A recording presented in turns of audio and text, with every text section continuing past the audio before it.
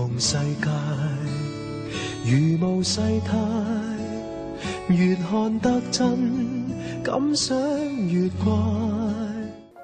Hello， 大家好，我係梁繼章，平常心開始咗啦。今日故事講三個旅行者，佢哋朝頭早出門口嘅時候，第一個旅行者攞咗把遮，第二個旅行者攞咗支拐杖，第三個旅行者呢，乜嘢都冇拎，兩手空空。夜晚佢哋三個由唔同嘅地方翻嚟，拎住把遮嗰個旅行者呢，揼雨揼到成個身濕晒，拎拐杖嘅旅行者呢，跌到周身都傷晒。第三個旅行者佢乜嘢都冇攞，但係就冇事。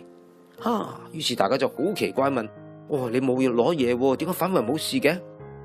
第三個旅行者冇答，而係問攞遮嗰個就話啦：咁點解你攞咗遮都會揼濕呢？攞住遮嗰個旅行者就話啦：大雨嚟嘅時候，我諗住有遮嘛，咪照行咯。哇，真係太大雨啦，夾住啲風，咁啊吹到我成身都係雨水揼濕晒啦。後來行到泥地嘅時候，我冇攞拐杖啊，所以行得好小心，揀啲冇泥嘅地方，揀啲平穩嘅地方行，咁咪冇事咯。跟住佢哋又問啦：攞拐杖嗰個點解攞咗拐杖又會跌親嘅？攞拐杖嗰個就話啦：大雨嚟嘅時候，咁我冇遮嘛，我咪匿埋避雨咯，咁所以冇淋濕啦。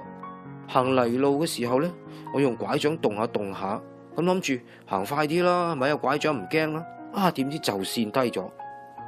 第三個旅行者笑一笑就話啦：所以你攞遮嘅揼濕，攞拐杖就跌傷，我咧就冇事，因為大雨嘅時候咧我就匿埋，當日泥路嘅時候咧我就好細心咁行，所以我冇揼濕，亦都冇跌傷。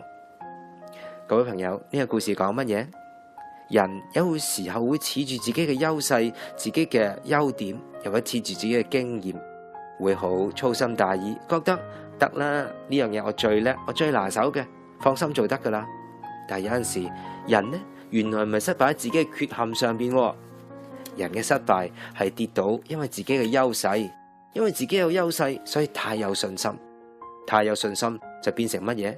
變成唔小心。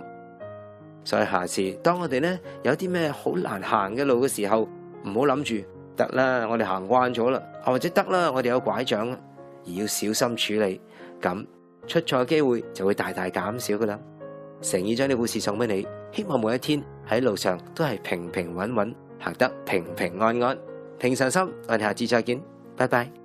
你快樂過生活，我拼命去生存。